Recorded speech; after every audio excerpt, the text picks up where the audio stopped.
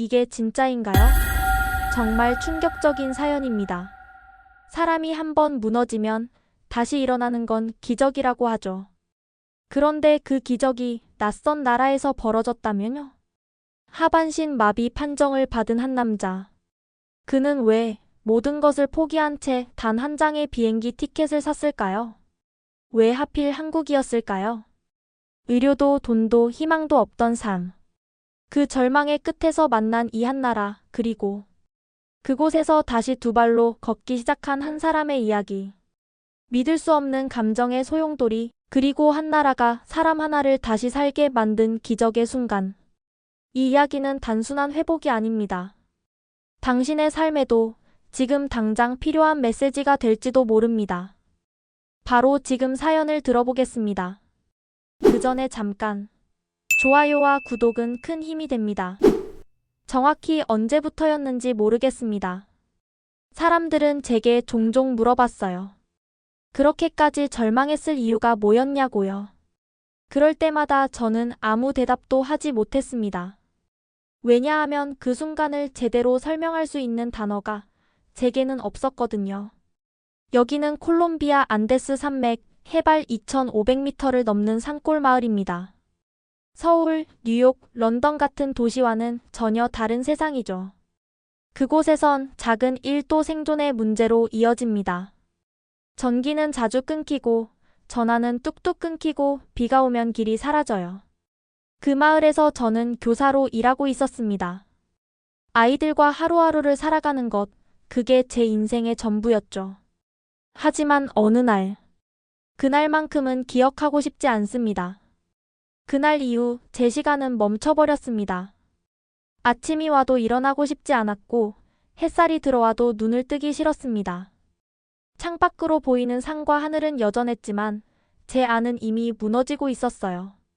아무도 몰랐죠. 제가 얼마나 아팠는지, 얼마나 지쳤는지. 언젠가 다시 걸을 수 있을 거예요. 희망을 버리지 마세요. 사람들은 쉽게 말하지만 그 말이 얼마나 잔인하게 들릴 수 있는지 직접 겪지 않으면 모르실 거예요. 희망은 때로 사람을 더 아프게 합니다. 저는 한동안 모든 연락을 끊고 살았습니다. 사람들과의 대화도, 밖에 나가는 것도 모두 포기했습니다. 어쩌다 가족들과 연락이 닿아도 괜찮아라는 말만 반복했어요. 괜찮지 않은데 괜찮은 척을 해야 했습니다. 그리고 그러다 보면 진짜로 아무 감정이 없어집니다. 기쁨도 슬픔도 희망도 절망도 다 뭉개진 채로요. 그러던 어느 날 오랜만에 조카 소피아에게 영상통화가 걸려왔습니다. 서울에서 유학 중이던 아이죠. 평소처럼 잘 지내요, 삼촌? 하고 인사하던 소피아가 그날따라 표정이 달랐습니다. 마치 무언가 결심한 사람처럼 말이죠. 삼촌 한국에 한번 와보면 안 될까요? 순간 저는 당황했습니다. 갑작스러운 말이기도 했고 현실감도 없었거든요. 이 몸으로 한국이라고요? 그런데 그녀는 이어서 말했습니다. 삼촌 여긴 좀 달라요. 사람들이요, 병원이요, 분위기가요. 그냥 단 한 번만이라도 와보세요. 그 말이 마음에 남았습니다. 한국은 다르다. 그게 무슨 뜻일까요? 저는 여전히 침대에 누워 있었고 주변은 변함없이 조용했습니다. 그런데 그 조용한 밤, 저는 문득 창밖을 오래도록 바라보다가 이렇게 중얼거렸습니다. 혹시 정말 다르다면? 그리고 며칠 후 저는 여권을 꺼내 먼지를 털고 있었습니다. 저는 한국이라는 나라에 대해 많이 알지 못했습니다. 그저 인터넷에서 본 사진들, 소피아가 보내준 몇 장의 영상들 뿐이었죠. 하지만 이상했습니다. 마음 한구석이 계속해서 떨렸습니다.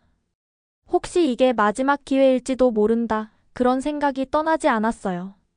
그렇게 저는 인생 처음으로 비행기를 탔습니다. 목적지는 한국이었습니다.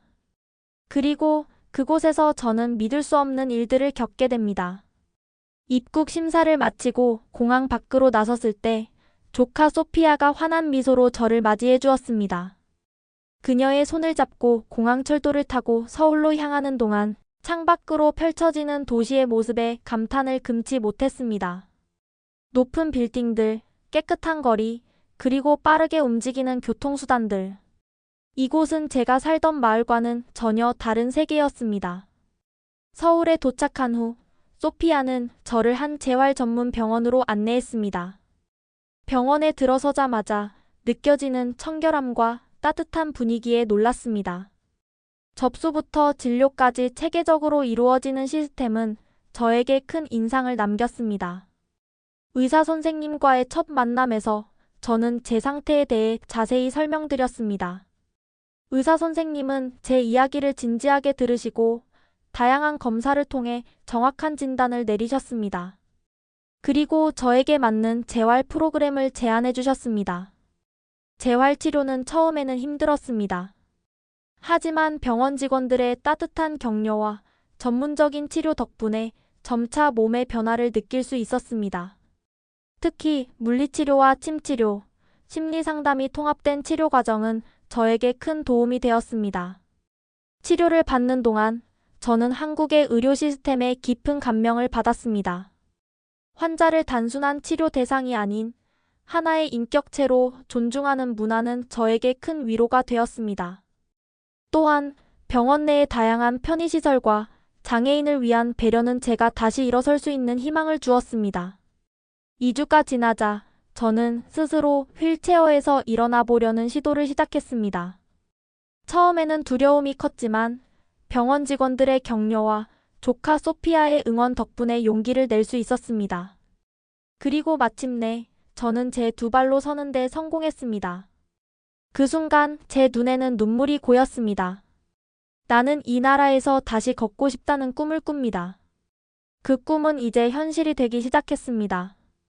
처음 몇 날은 정말 쉽지 않았습니다. 제 몸은 이미 오랫동안 굳어 있었고 근육은 신호를 잃은 듯 움직이지 않았습니다. 간단한 스트레칭만 해도 이마에 땀이 맺히고 숨이 차오르곤 했죠. 그럼에도 불구하고 이곳의 치료사 선생님들은 늘 한결같은 태도로 저를 대해주셨습니다. 매일 아침이면 병실 문을 열고 들어오는 치료사분의 인사가 들렸습니다. 좋은 아침입니다, 미겔 씨. 오늘도 힘내볼까요? 그 말 한마디에 저는 다시 마음을 다잡곤 했습니다. 한국의 재활병원은 단순히 신체적인 회복을 목표로 하지 않았습니다. 정신적인 회복, 인간으로서의 존엄 회복까지 함께 챙기는 곳이었습니다.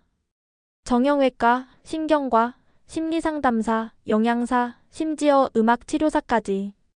처음에는 솔직히 이게 다 나한테 필요할까 싶었지만 시간이 지날수록 모든 과정이 퍼즐처럼 맞아떨어지는 것을 느꼈습니다. 특히 저를 감동시킨 건 이곳 사람들이 정말 진심으로 저를 걱정하고 있다는 느낌을 줬다는 점입니다. 하루는 리프트 훈련 도중 제 얼굴이 창백해지자 간호사 선생님 한 분이 다급히 제 손을 잡고 말했습니다. 많이 아프세요? 괜찮아요. 우리가 여기 있잖아요. 그 말을 듣는 순간 저도 모르게 눈물이 흐르고 말았습니다. 그건 고통 때문이 아니라 그 말 한마디가 저를 사람답게 만들어 주었기 때문이었습니다. 저는 오랜 시간 동안 장애인으로서 취급만 받았지 사람이라는 존엄을 잃어가고 있었던 겁니다. 병원 식사도 인상적이었습니다. 고기 반찬과 신선한 채소가 균형 있게 담긴 도시락이 하루 3번 규칙적으로 나왔고 환자의 알레르기나 식성까지 반영한 식단 조정이 가능했습니다. 저를 담당해주신 영양사 선생님은 제게 이렇게 물으셨죠. 콜롬비아 음식 중에 좋아하시는 게 있나요? 그걸 참고해서 한국식 식단도 조정해 볼게요. 정말 한국의 의료 시스템은 단지 치료가 아니었습니다. 회복을 위한 공동체의 품이라고 느꼈습니다. 시간이 조금씩 지나면서 제 몸에도 변화가 찾아왔습니다. 처음엔 고개조차 들기 힘들었는데 어느 순간 상체에 힘이 들어갔고 물리치료사의 도움을 받아 벽에 손을 짚고 일어서 보려는 시도도 해보았습니다. 비록 한 발자국도 떼지 못했지만 그 한순간이 제게는 엄청난 전환점이었습니다. 그리고 치료 18일째 되는 날, 저는 병원 복도에 평행봉을 잡고 두 다리로 서게 되었습니다. 발에 힘이 들어가고 근육이 반응하는 것을 느꼈을 때 제 안에서 무언가가 폭발하듯 울컥 올라왔습니다. 저 진짜 일어났어요. 그 말을 반복하며 저는 울었습니다. 이 병원에서, 이 도시에서, 이 낯선 나라에서 저는 다시 살게 되었던 겁니다. 조카 소피아는 제 모습을 영상으로 촬영했고 가족들에게 보내주었습니다. 그리고 가족 단톡방에 하나둘씩 도착한 메시지들 믿을 수 없어. 미겔, 기적이야. 그 메시지들을 보며 저는 처음으로 미소를 지었습니다. 오랜만에요. 그날 밤 병원 복도 창가에 앉아 서울의 야경을 바라봤습니다. 반짝이는 불빛들 사이로 저도 이제는 어딘가에 속해 있는 느낌이 들었습니다. 한국은 저를 다시 걸을 수 있게 해준 나라입니다. 하지만 그보다 더 중요한 건 다시 살아갈 용기를 주었다는 점입니다. 그리고 그 용기가 제 인생을 완전히 바꿔놓게 되죠. 하지만 그 과정이 순탄하지만은 않았습니다. 진짜 위기는 이제부터 시작이었습니다. 재활 3주차에 접어들 무렵이었습니다. 몸이 조금씩 반응을 보이면서 제 안에도 희망이라는 감정이 자라나기 시작했죠. 휠체어에서 스스로 몸을 옮길 수 있게 되었고 하루 한두 번은 침대에서 도움 없이 일어나는 연습도 했습니다. 한국 병원의 체계적인 치료, 그리고 직원들의 인간적인 배려는 분명 저를 변화시키고 있었어요. 혹시 정말 걷게 되는 날이 오는 건 아닐까? 하는 생각이 조심스럽게 마음을 두드렸습니다. 그러나 바로 그때 저는 예상치 못한 감정의 혼란을 겪게 됩니다. 그날은 유독 재활 훈련이 고된 날이었습니다. 평형봉을 붙잡고 일어서는 훈련을 반복하다가 결국 중심을 잃고 넘어진 순간 뼈가 부러진 것도 다친 것도 아니었지만 저는 이상하게도 눈물이 났습니다. 고통 때문이 아니라 좌절감 때문이었죠. 바닥에 주저앉은 채 고개를 숙이고 있을 때 담당 치료사 선생님이 조심스럽게 다가와 말했습니다. 미겔 씨 괜찮으세요? 오늘은 이쯤에서 마무리할까요? 그 말은 분명 배려였을 겁니다. 그런데 그 순간에는 이상하게 차갑게 들렸습니다. 포기하자는 뜻일까? 혹시 기대를 접으라는 의미인가? 그날 오후부터 저는 묘한 감정에 휩싸였습니다. 모든 스태프들이 친절하게 대해주는 것도, 간호사들이 식사 시간을 챙겨주는 것도, 담당 치료사가 매일 컨디션을 확인하는 것도 전부 의심스럽게 느껴지기 시작했어요. 혹시 나한테만 겉으로 친절한 걸까? 이건 일일 뿐이고 내가 느낀 감동은 착각이었을까? 그 생각은 병원을 의심하게 만들었고 한국이라는 나라 전체가 갑자기 낯설게 느껴지기 시작했습니다. 그렇게 저는 처음으로 병원 프로그램을 빠졌습니다. 식사도 거부하고 병실 커튼을 닫은 채 하루 종일 누워만 있었죠. 소피아가 병실로 찾아왔을 때 저는 얼굴도 돌리지 않았습니다. 그런데 그녀가 조용히 제 침대 옆에 앉아 이렇게 말했습니다. 삼촌, 한국 사람들은요, 표현이 서툴러요. 미국처럼 웃으면서 끄덕이지도 않고 남미처럼 안아주지 않죠. 대신에 꼭 필요한 순간에 행동으로 보여줘요. 그 말에 저는 아무 대답도 하지 못했습니다. 그리고 다음 날 병원 복도에 나왔을 때 놀라운 장면을 보았습니다. 치료사 선생님이 휴게실에 앉아 제가 어제 포기했던 훈련 영상을 반복해서 분석하고 계셨던 겁니다. 저도 모르게 뒤로 숨었지만 그 모습을 본 순간 가슴 한켠이 찌릿했습니다. 내가 오해했구나. 그는 저를 포기하려 한 것이 아니라 어떻게든 도와주기 위해 계속 생각하고 있었던 것이었습니다. 며칠 후 그 치료사 선생님은 다시 말했습니다. 미겔 씨, 우리가 다시 시작할 수 있을까요? 그 목소리에는 어떤 의무감도 강요도 없었습니다. 다만 같이 해보자는 진심이 담겨 있었죠. 저는 다시 일어섰습니다. 평형봉을 잡고 흔들리는 두 다리로 바닥을 밀어내며. 그리고 그날 저는 딱 한 걸음을 내딛는데 성공했습니다. 다리에 힘이 들어가는 느낌, 땅을 밟는 감각, 중심이 쏠릴 듯한 공포. 그 모든 것을 견디고 나서 한 발을 내딛었을 때 저는 믿기 힘든 감정을 느꼈습니다. 이곳은 분명 낯선 나라입니다. 언어도 문화도 저와는 다릅니다. 하지만 이곳 사람들은 제가 무너질 때 가장 가까운 곳에서 지켜봐준 존재였습니다. 저는 이제 확실히 말할 수 있습니다. 한국은 저를 치료한 나라가 아니라 저를 이해해준 나라였다고요. 그러나 이 깨달음이 찾아오기까지 마지막 하나의 시련이 저를 기다리고 있었습니다. 그것은 단순한 치료 이상의 이야기였죠. 재활병원 생활 4주차. 저는 마지막 검사와 훈련을 마치고 병원 앞 작은 공원으로 나갔습니다. 햇살이 따뜻하게 내리쬐던 그날, 조카 소피아가 조심스럽게 제게 물었습니다. 삼촌, 오늘 보조기 없이 한번 걸어보실래요? 저는 망설였습니다. 혹시라도 넘어지면 어떡하나, 다치면 어쩌나 하는 걱정이 머릿속을 스쳤죠. 하지만 동시에 이제는 더 이상 뒤로 물러설 이유가 없다는 생각도 들었습니다. 그렇게 저는 조심스럽게 휠체어에서 일어나 두 발에 힘을 실었습니다. 첫 발. 다리에 전해지는 진동, 아찔한 중심 흔들림. 하지만 흔들리는 것은 다리보다 제 마음이었습니다. 두 번째 발. 주변의 모든 소음이 멀어지고 오직 제 심장 소리만이 들렸습니다. 세 번째 발. 소피아가 울고 있었습니다. 너무 놀라서, 너무 기뻐서 그녀는 제 이름을 부르며 손을 뻗었고 저는 그 손을 잡으며 네 번째 발을 내디뎠습니다. 그리고 그 순간 저는 알았습니다. 저는 다시 두 발로 걷고 있었습니다. 병원 근처 작은 벤치에 앉아 서울 하늘을 바라보았습니다. 수많은 고층 건물들 사이로 보이는 파란 하늘은 마치 잘했어요 라고 말해주는 듯 했습니다. 그날 밤 저는 제 핸드폰으로 가족들과 화상통화를 했습니다. 그리고 카메라를 약간 뒤로 당겨 제 두 다리로 서 있는 모습을 보여주었습니다. 가족들은 소리를 질렀고 제 어머니는 화면 속에서 흐느꼈습니다. 우리 미겔 다시 걸어. 그 순간 저도 눈물이 멈추지 않았습니다. 콜롬비아의 시골 마을에서 절망 속에 누워만 있던 제가 이 낯선 나라, 이 기적의 땅에서 다시 일어서고 있었으니까요. 퇴원 후 소피아와 함께 서울 거리를 걸으며 저는 수많은 것들을 다시 보게 되었습니다.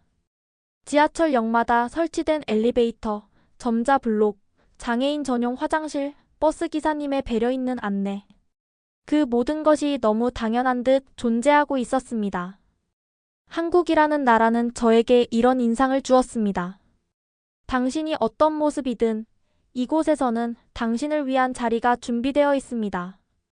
어느 날 우리는 인사동 거리를 걸으며 우연히 어떤 작은 한옥 카페에 들어갔습니다. 나무로 된 문을 열자 종이등이 은은하게 빛나는 내부가 펼쳐졌습니다. 조용한 클래식 음악과 따뜻한 차 한 잔. 그 자리에서 저는 조카에게 말했습니다. 소피아, 한국은 정말 사람을 다시 살게 만드는 나라예요. 소피아는 웃으며 물었습니다. 그럼 삼촌, 이제 콜롬비아로 돌아가세요? 저는 한참 동안 대답하지 못했습니다. 그리고 마침내 조용히 고개를 저었습니다. 아니, 저는 이 나라에서 새로운 인생을 시작하고 싶어요. 그 말은 결심이자 선언이었습니다. 저는 이제 단순히 치료를 받기 위해 이곳에 있는 것이 아니었습니다. 한국은 저에게 새로운 삶, 새로운 가능성을 열어준 나라였습니다. 이제는 그 빚을 갚고 싶었습니다. 누군가의 손을 잡아 일으켜주는 사람이 되고 싶었습니다. 저처럼 포기하려던 누군가에게 당신도 할 수 있어요 라고 말해주는 존재가 되고 싶었죠. 저는 이제 다시 걸을 수 있습니다.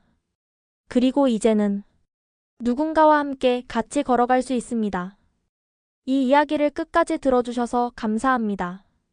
혹시 여러분 주변에도 희망을 포기하려는 사람이 있다면 제 이야기를 전해주세요. 한국이라는 나라가 저라는 한 사람을 다시 일으켜 세운 것처럼 세상 어딘가에는 누군가에게 그런 한국이 되어줄 수 있는 사람이 필요하니까요. 감사합니다.